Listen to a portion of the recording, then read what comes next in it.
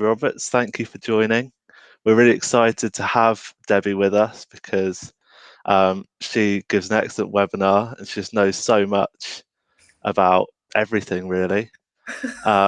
So we hope you're excited about this webinar, and please do write in the chat. We love hearing from you, and if you've got any questions, we'd love to see them. We'd love to answer them. So without further ado, take it away, Debbie. Thank you very much. So, hello everyone, great to be here with you all, and thank you so much for taking and spending your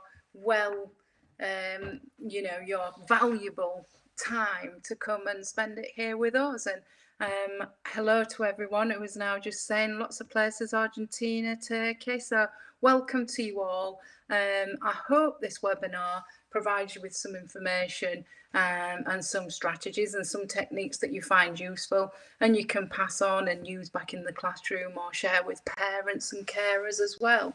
So this is the best we can do in these,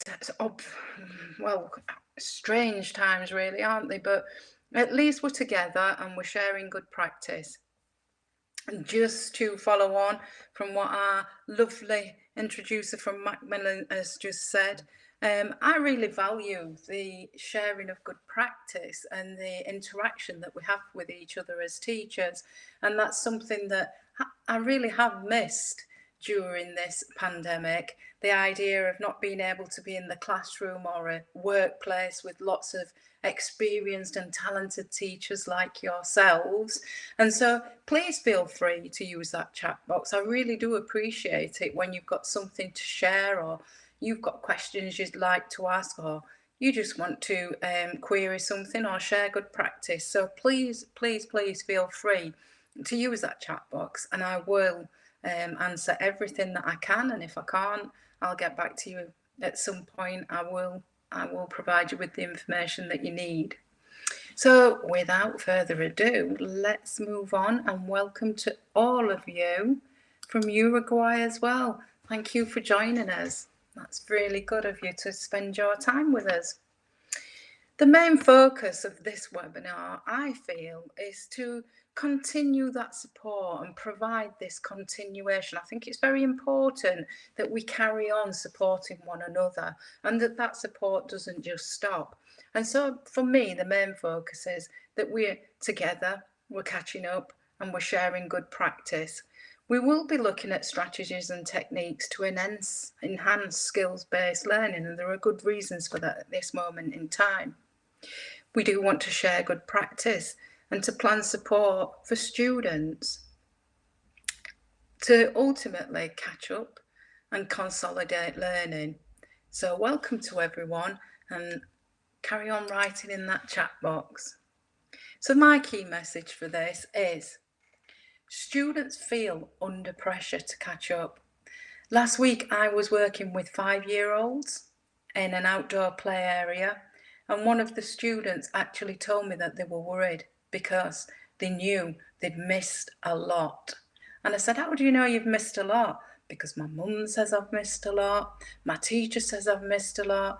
And I thought, this child is 5 years old, and this person is aware of the fact that he's missed so much, and it's so terrible, and it was such an awful thing to have missed so much at that age. So we know the students, the children, feel under pressure to catch up. We know as teachers that we feel under pressure to teach everything that's been missed, everything that we would normally have taught at this stage in the academic year. So we're all feeling under pressure at the moment. But why? Why are we feeling under pressure? This is a pandemic. This is not just about one country, one area, one school, one class. This is about all the children worldwide. Every single child on this planet has missed some of their education. Every single teacher has missed an opportunity to teach some of their curriculum. We are all in the same situation. What exactly are we catching up on? Who are we catching up? Who's at the lead? Who's at the front? Who are we trying to chase? Who are we trying to catch? We're all in the same situation. We don't have to catch anyone. What have they missed that everyone else has covered? Have we got children at 6 years old graduating, and your children are miles behind because they've missed 3 months of education? No, that's not the case. We're all in the same situation. Putting this pressure on ourselves and our children and our students and parents and carers, what's the result? What's the outcome? Who's actually going to suffer as a consequence of this? And unfortunately, the children might be anxious. The result might be that these students, these children feel very anxious, anxiety at such a young age. They are children. The children will worry. They will pick up on the worry. They will absorb that anxiety and that concern. The teachers will worry. The teachers are worried. Parents are worried. Parents are very worried. How is this helping us learn? How will this help our children to catch up? How will this anxiety and worry actually help us? Hello, Buenos Aires. So, it won't help. Anxiety and stress is not conducive to good learning. So we need to take our foot off the anxiety pedal, and we need to relax a little bit. We need to play. These are children. Children learn through play. Children learn more when they're relaxed. Hello, Belize. Good to see you. Okay. Now, soft assessment. I will say it several times and you might get bored hearing it, but formal assessment is pointless at the moment. It really, really is. I will also say this. If you're working in an educational establishment, you have to follow the directives of that establishment. If your employer tells you you must carry out formal assessments, then you must. What I'm saying to you is, don't necessarily hold that formative assessment as being the word, being reliable, because it's not. And the reason for that is that our children have de-skilled. So we need a soft approach. We need to find out where these children are at now. We need to find out if they've made any progress. We need to find out where they were before, okay? So that then we can use that to inform our planning. Surprisingly, in some of these primary schools that I work in, some of the students have made progress. So they'd been away from school, some of them for a few weeks, some more than others. And we carried out some soft assessment and we started looking at reading, phonics, and we looked at where they actually were. So we didn't necessarily look at the data. We did look at some data, but we focused mostly on what was in their books, what they were actually doing before they went off and learned remotely, had homeschooling. And what we found was that some of the students had progressed in reading and phonics. And when we dug deep to find out how that could be, we found that a lot of children had been reading with parents, reading with carers, reading with older siblings while they'd actually been away from school. And so the reading had actually improved for some children. We also found that some phonics had also improved.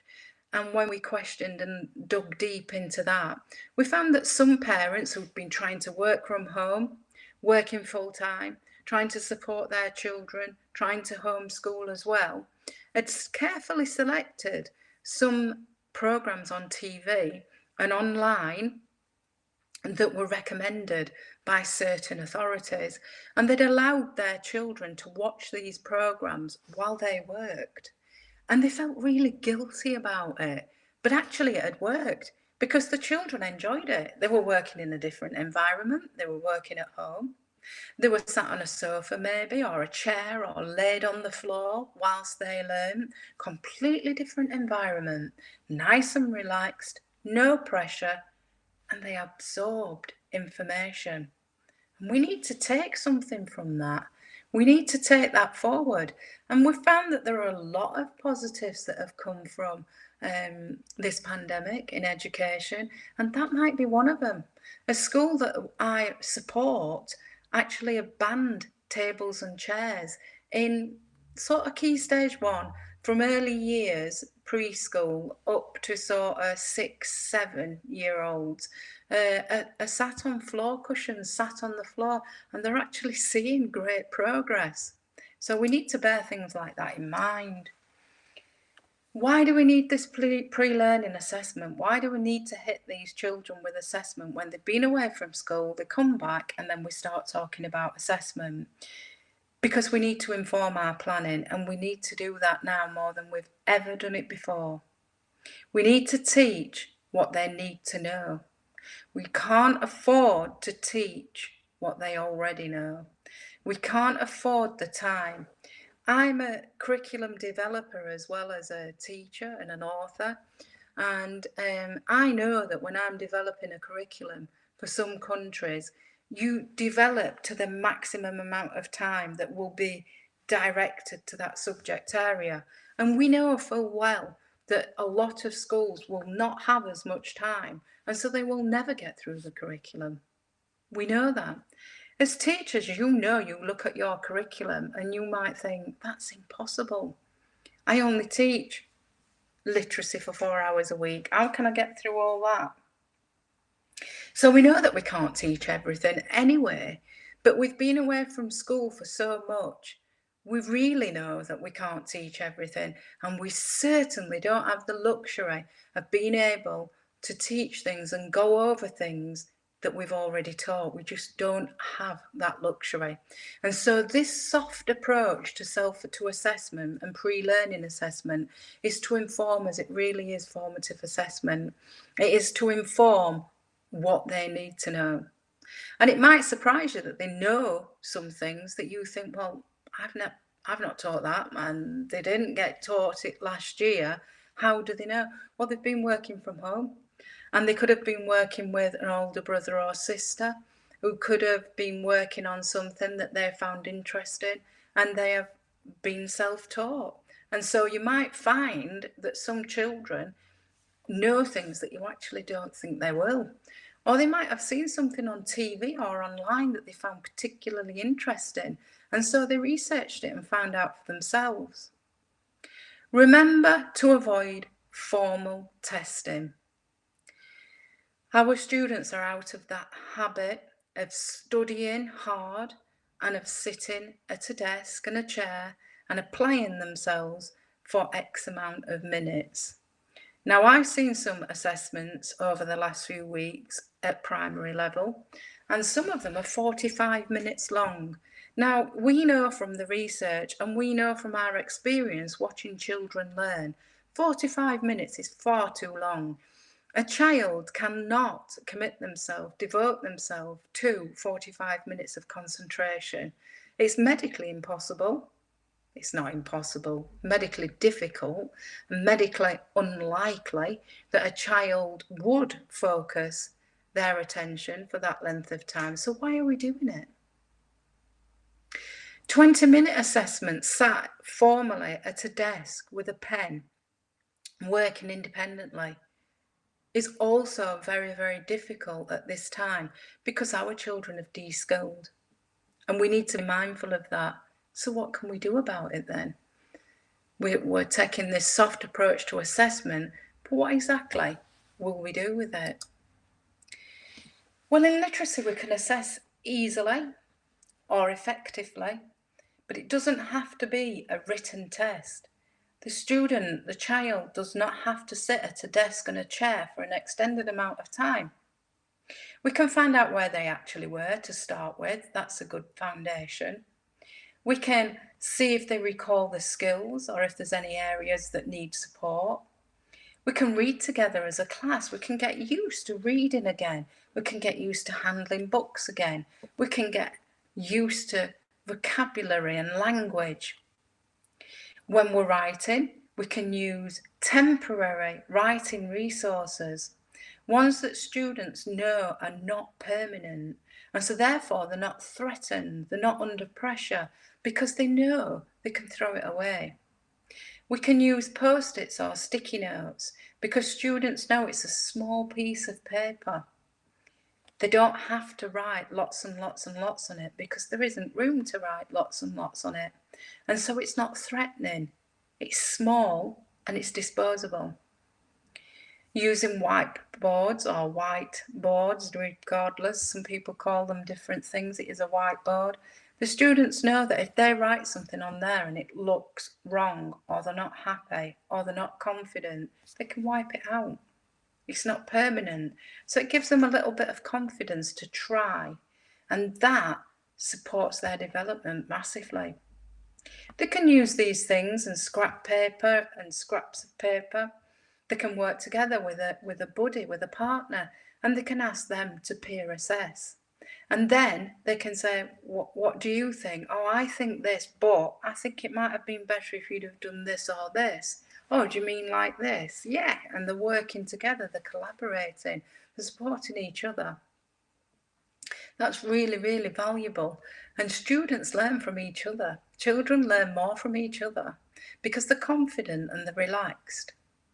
Look, cover, spell check has its place. It has developed considerably over the years because we really don't want to worry too much about spelling when we've just come back into school, when we're trying desperately to fill these gaps.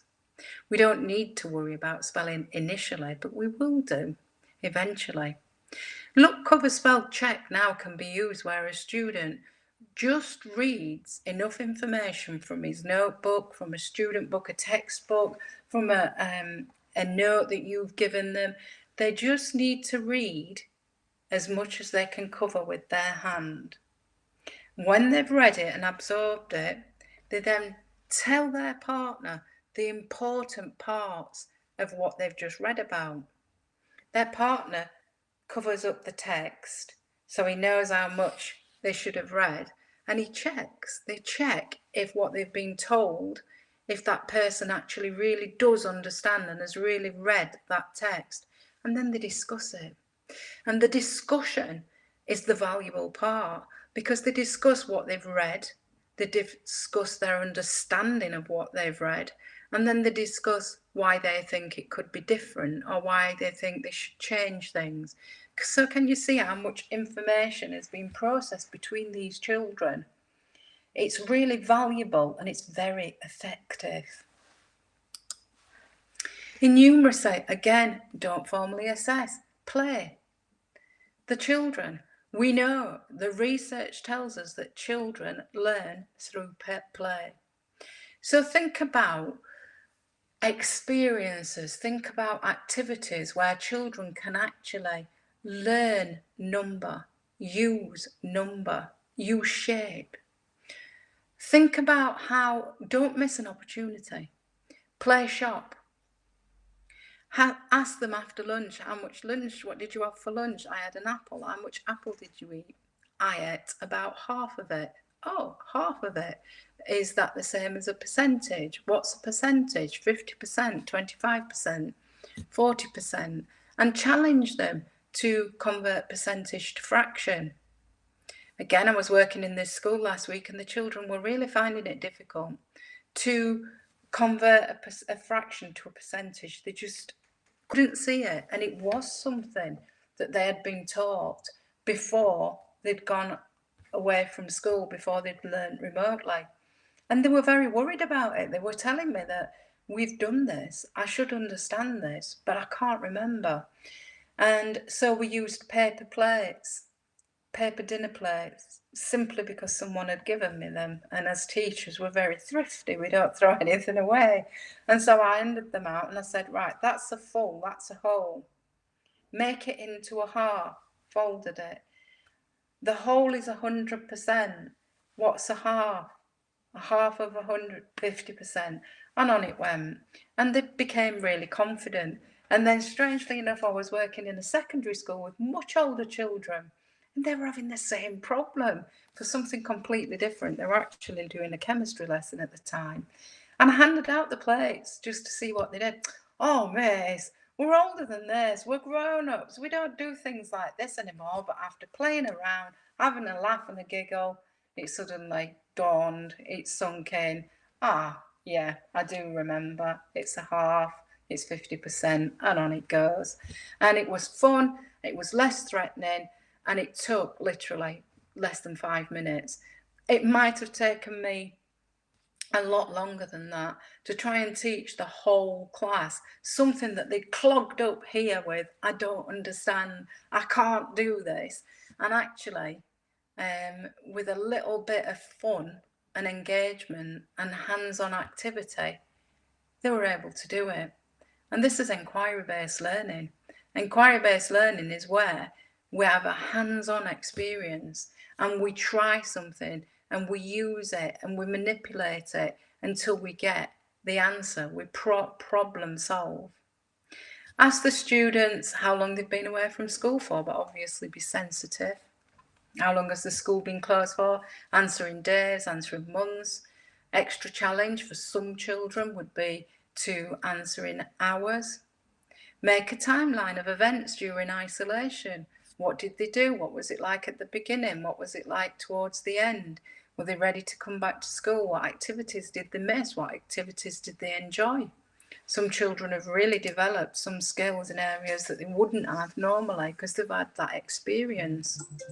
Do not formally assess. Sorry about that, I thought that was on silent. I do apologise. Do not formally assess, again in science. Have a stimulus table. Put things out that children might be interested in. Put things out that children might be encouraged to talk about. So if it's, I don't know, at the moment we've got lots of flowers suddenly starting to be colourful and wonderful and lots of different coloured petals, and put some plants out there, put some weeds out there, ask them what's the difference between a weed and a plant, what makes a weed. Again, last week I was in a school and children were being plant detectives. So what they were actually doing, they were working outside being plant detectives. And their teacher actually told me that she'd actually taught the equivalent of 2 lessons in one for the simple reason that the children were really engaged and really interested in what they were doing. I will talk a little bit, quite a bit actually, about using project-based lessons, which is a big part of inquiry-based learning. The reason it's a big part of inquiry-based learning is that students develop skills through project-based learning. It allows students to explore and investigate in a safe environment. They can work from home, they can work from school, they can work remotely in school, they can work in small groups, in partners, or as individuals. And we can focus these on the skills that we need. So if they're working in small groups, they can be collaborating, they can be part of a team where they have a specific role in that team. They can be part of a group, they could be a team leader, a project leader. It develops so many skills: collaboration, resilience, patience, team playing, taking turns, negotiating. So project-based learning is very valuable. So what do we need to teach? How can we establish that without the formal assessments? Lots of the resources that you'll use in school will have areas, topics, units, and at the end you might have a what I have learned section, some kind of a review section, some kind of questions. Oh, thank you. I'm glad that it's very clear, but please, if you do have any questions, Maria, please let me know, because I'm sure everyone else will be thinking the same thing.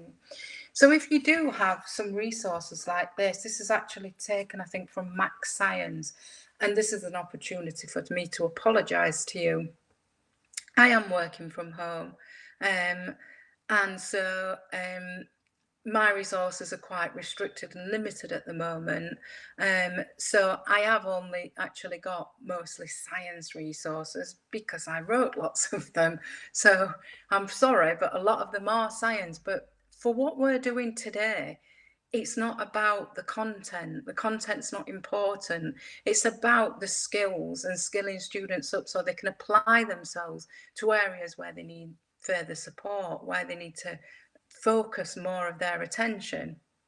And so this is taken from a science resource, but the idea is if you've got some resources, some student books or workbooks, and in there there's a review section for a topic or content, use those review questions to actually assess what you need to teach so that you're not over teaching things. And it might be that you ask your students to answer all those questions 1 to 4.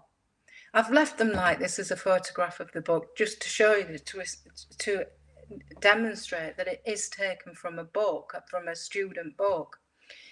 It might be that you just want the children to focus on questions 1C and 1D. There are different ways to assess.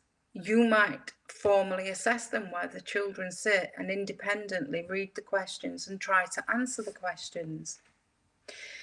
That's fine. Some children might find that very, very, they might find it a little bit threatening because they're not used to it and they've already said, I'm behind, I'm worried, I'm behind. So giving them a test really is not going to be very useful. How about letting them work in pairs or to work in small groups with groups of 4 or 5 children working together? How about letting them read the question together, letting them think about potential answers, letting them design an answer together? A teacher said to me recently, yeah, but you don't know what they know, you know what the group knows. Yeah, but they've worked in a group. They've all taken part in a group. Children are very good at telling you it's not fair. I've done all the work, miss, they didn't do anything. So ask them another question just to make sure they did engage.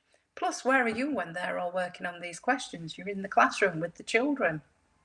And so you know who's been working and who's answering the questions, but it's less threatening, it's more relaxed, and so therefore it's more informative because the children are actually telling you what they really do know and what they're confident with. And then what do you do? Well, to review what I've just said, it could be independent or formal assessment, but at the moment we want to avoid formal, strict assessments. There's nothing wrong with the students collaborating and sharing ideas. Look at that picture at the bottom there. Talking about inquiry-based learning, the teacher actually should commit quite a lot of their time to planning. Actual teaching is a reduced amount of time. It's the actual planning that takes up the teacher's time. You try and do an internet search and try and find a picture of children learning in school, and you will find it very difficult to find one that hasn't got the teacher somewhere, usually the star of the attraction, because teachers generally like to be in control and they like to be at the front teaching didactically to make sure that all the children are getting all the information.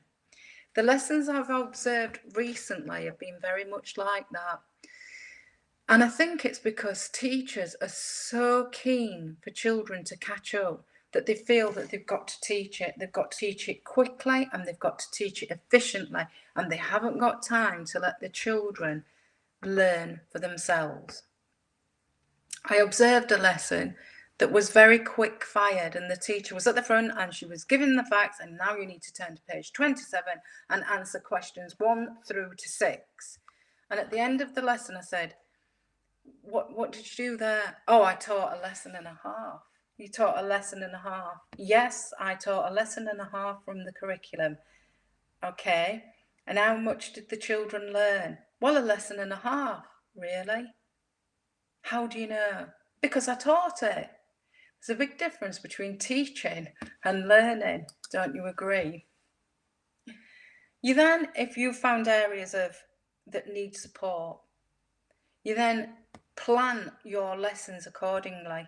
So it could be that you teach a little bit from there and a little bit from there, and then the way to make sure that you've taught that section.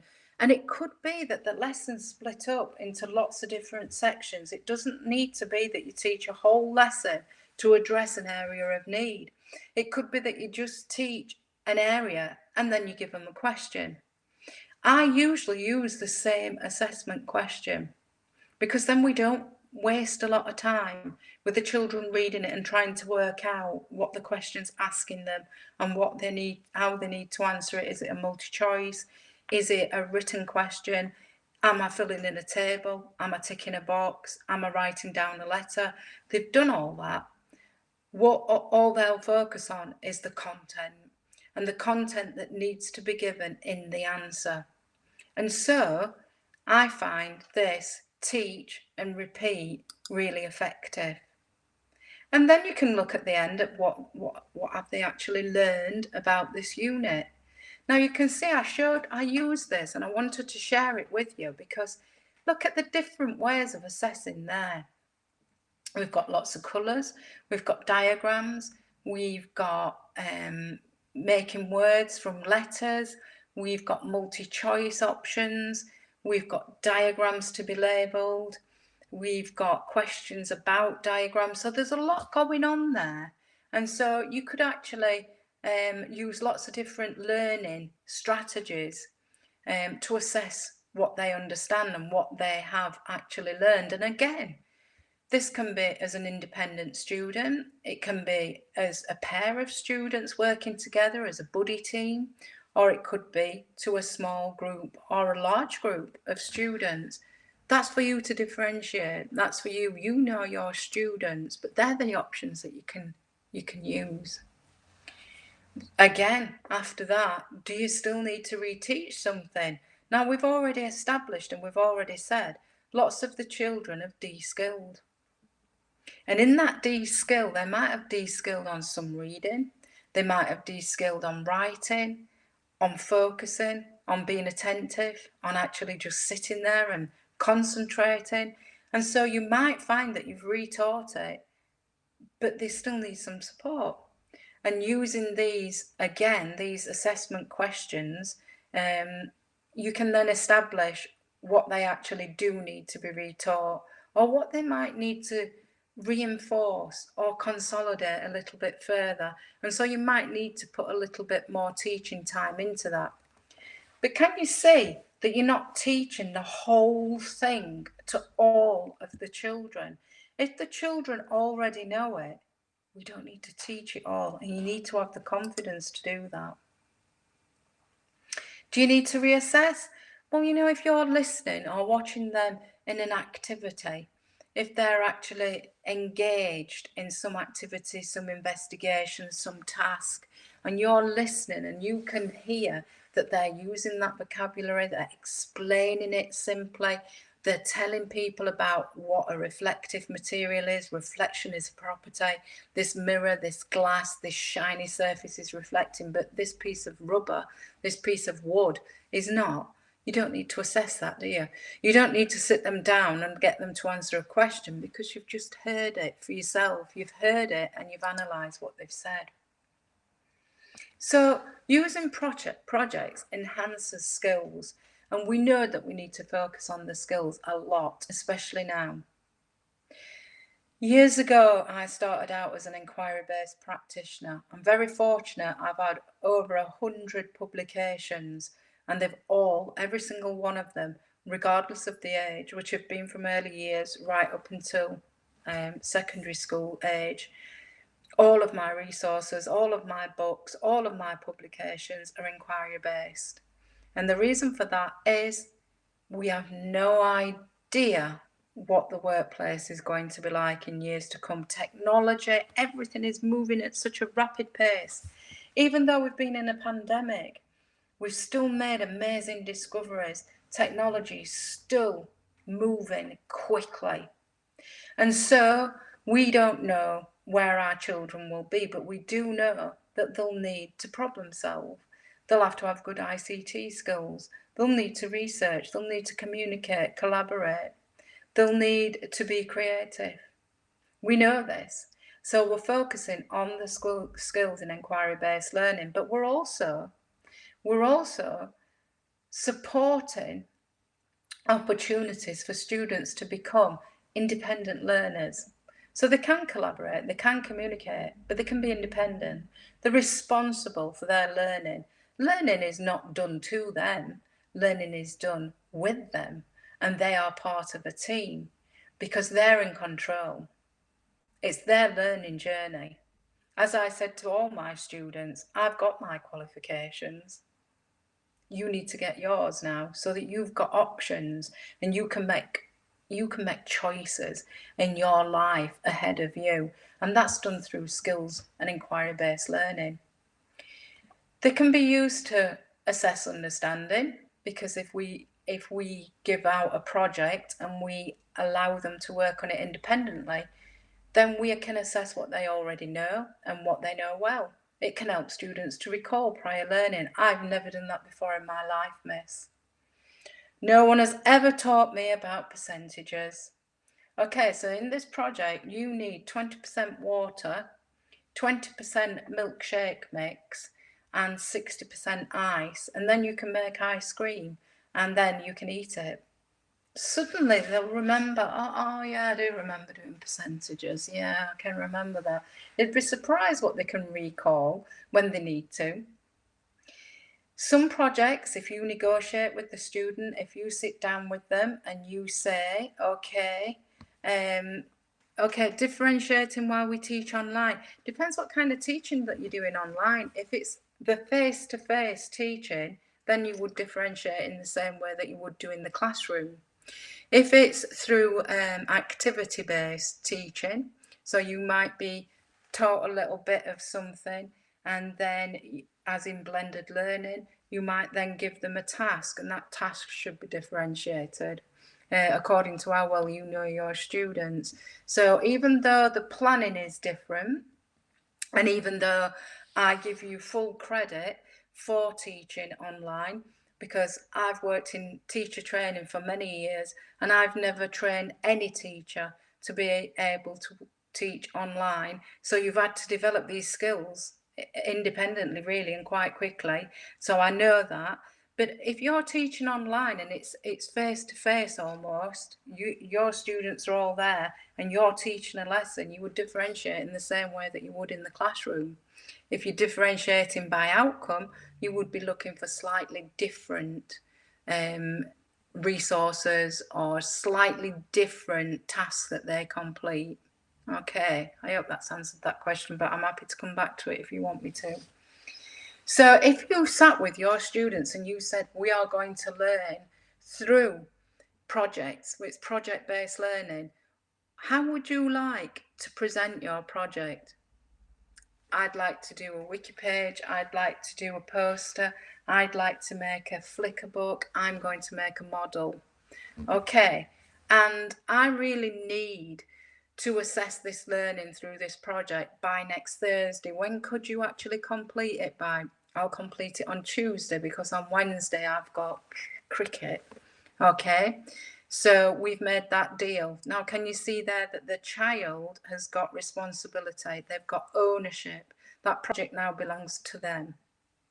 They will have to manage their time effectively because it has to be complete by that date that they've agreed. But between now and that day, they can work at their own speed, at their own rate, and children really enjoy that. Makes them feel very grown up and very responsible. Have fun and be creative and imaginative and make it interesting, because the more interested they are, the more that they will apply themselves. When I train people to design lesson plans when they're first learning to be a teacher, I always say start with a stimulus, get them interested. Because if a student asks you questions, questioning is at the heart of learning. And if you can get a student to ask a question, why is that ball rolling down the hill? Once they're interested and they want to know, they will listen and they will apply themselves because they actually want to know. So it promotes so many skills. Project-based learning, these are just a few: collaboration, research, presentation, communication, problem solving, the key ones, the most important ones. Here are some project ideas, and again, yes, you are going to say, but they're all about science. Well, they're not, are they really? Because we're measuring maths, we're recording maths literacy, were sharing ideas and communicating ideas, probably data, maths, literacy. So it might be looking at a seed. And this is actually a question that a student asked me, and that's why I wanted to include it. They said when we were playing plant detectives last Friday and looking at why plants were growing and what's a weed and what's not a weed, a student said to me, so to get a big tree, do you need a big seed? And I said, oh, I don't know. We'll have to find out about that. And they quite like that, don't they, when they suddenly realise that just because you're a teacher, you don't actually know everything. And the difference between you and them is that you know how to find out the answer. And once you tell them that, it's like, whoa, a big enlightenment. Wow, teacher doesn't know everything. It's okay, actually, not to know everything. These students went on to ask other people at home, people at school, did they think big trees grew from big seeds? So they actually surveyed people that they came into contact with. They recorded that information, their answers. They came back and they said, everyone I asked thinks that a big tree grows from a big seed. Well, prove it. So if you've got time then in this project, they could actually, and did, go away and plant some seeds. And one child said, I'm going to grow an apple seed. Now that will take a while for it to grow into a tree.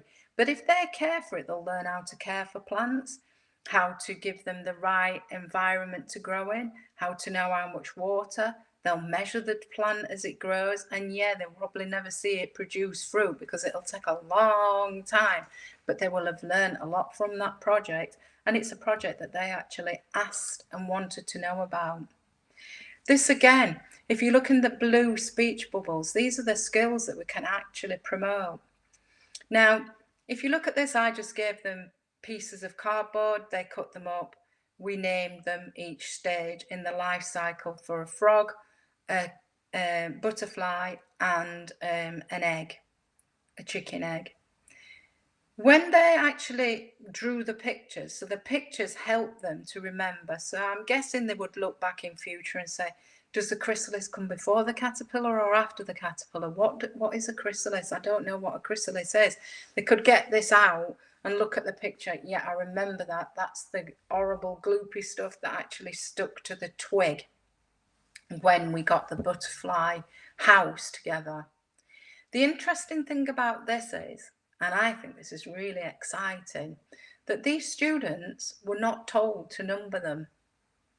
They chose to number, not all of them, some of them, chose to number the stages in each of the life cycles.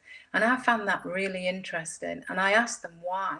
Why have you numbered the stages?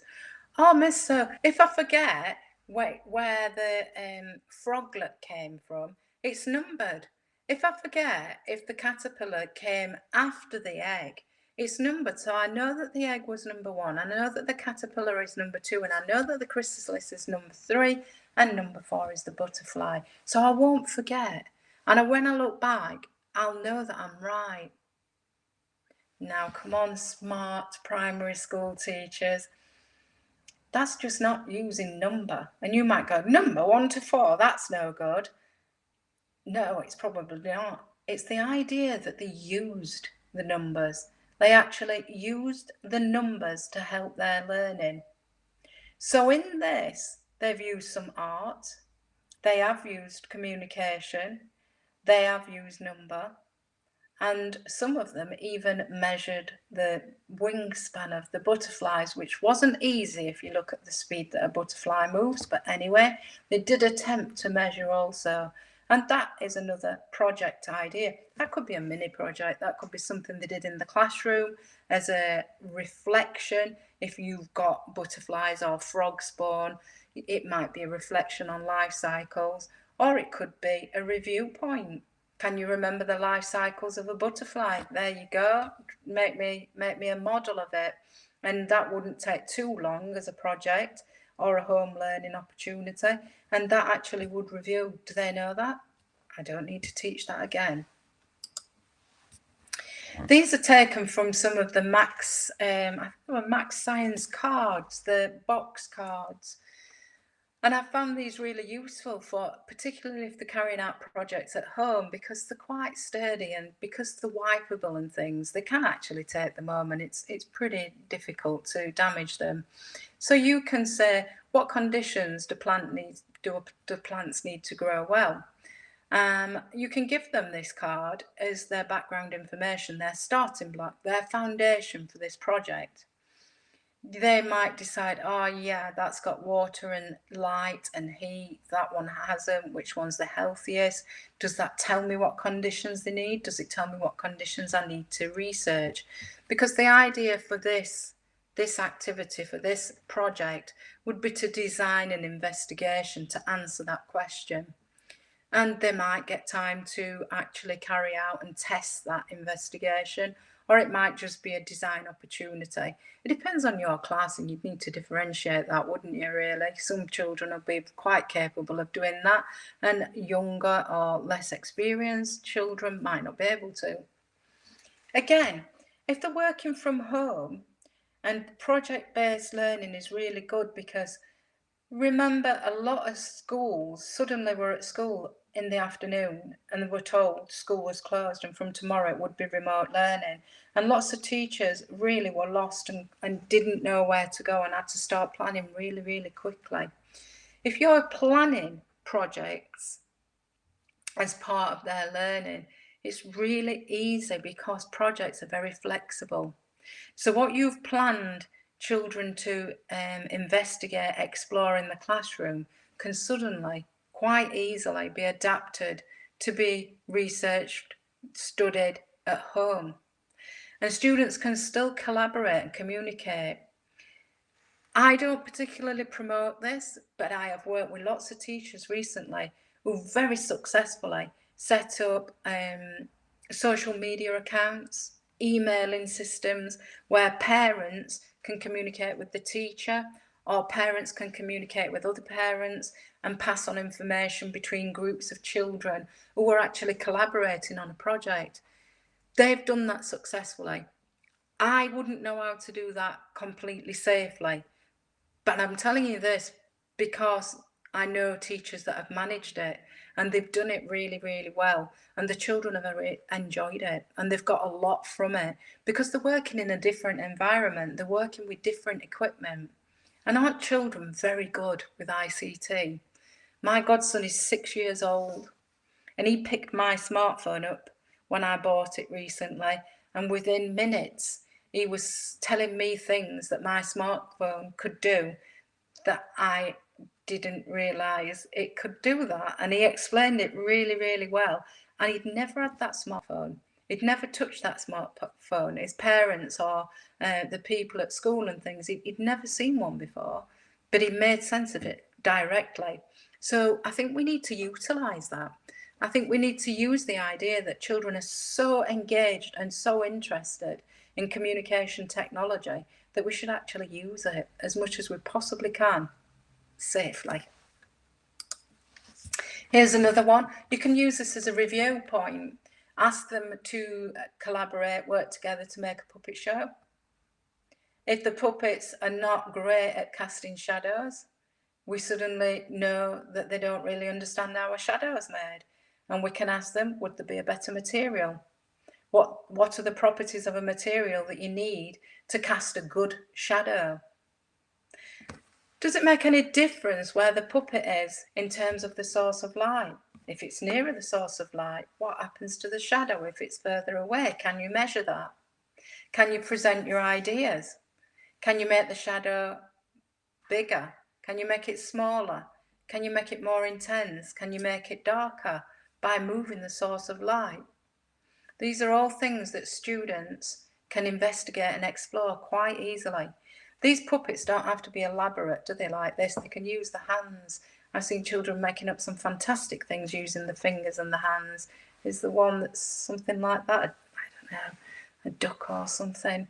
But there you go. It doesn't have to be very expensive. I remember teaching this a long time ago and a student saying to me, but how? can the Earth spin on its own axis? Why does it just fly off? How can it spin on its own axis and go around the sun? As if I think you've got that wrong, miss. I think that's impossible. And so I used to gather the kids together and I'd take them outside and I'd say, okay, I'll be the sun, you're Earth, spin on your own axes, now orbit the sun, you're the moon, how are you behaving? And we'd have great fun and we'd fall over and we'd get dizzy, but we never forgot that experience. And this is the truth. I was once in a marketplace and a grown man came up to me with a child holding his hand and he said, hello, miss, I'm your son. And I looked at him and I thought, oh gosh. And he was actually a student of mine years before. And he was the son and everybody had to orbit him. And he remembered it all those years later because it was good fun and it was relaxed. And so we can't necessarily do that at the moment. In some schools you can. It depends what situation you're in your area. But as an alternative, you can make a really cost-effective model using paper plates, pieces of card, and paper fasteners. And this model works really well. And I've seen students fold these up and put them in the books and get them out as a revision tool to remind them about the orbit, the rotation, how we get day and night, how we get a year, how we get a lunar month, things like that. And so that's what I mean about being creative. I also like this one because this gives us some kind of concept of time. So it links back to what we said earlier in the maths bit where when was the last time you were in school? Tell me in months, tell me in days, tell me in weeks, tell me in minutes, whatever you differentiate to that level. This is where children think about what they were doing last year, last month, last week, yesterday. And they can make a timeline almost of important events, things that are important to them. It could have been getting some new shoes or getting some new trainers, first day back at school, last day at school, the weekend, went swimming. It doesn't necessarily have to be religious festivals. We can avoid all that kind of thing. We don't need to focus on that. We don't need to focus on birthdays and things like that. We can just look at things that are important in their life.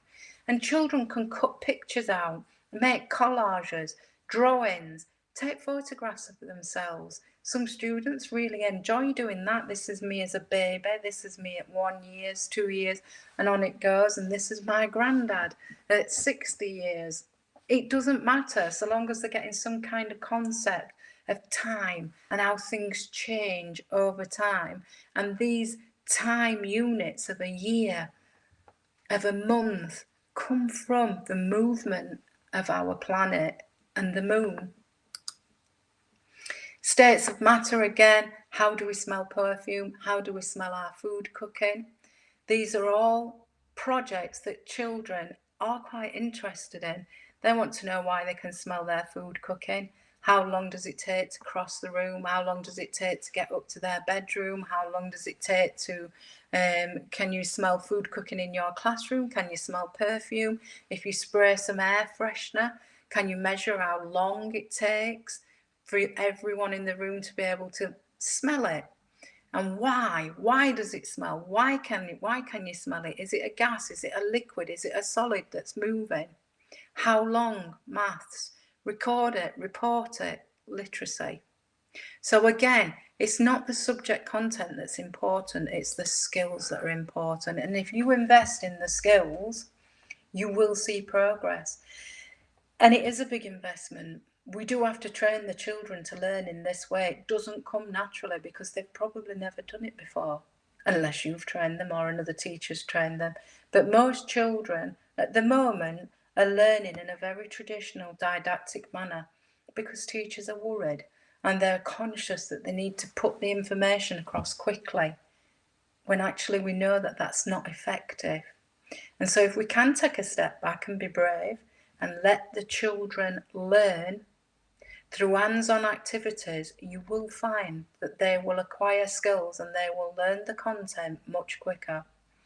I was lucky enough to research it some years ago, I had 2 classes the same age, same demographics, same sort of able kids, and I taught one traditionally the same content and one in an inquiry-based approach.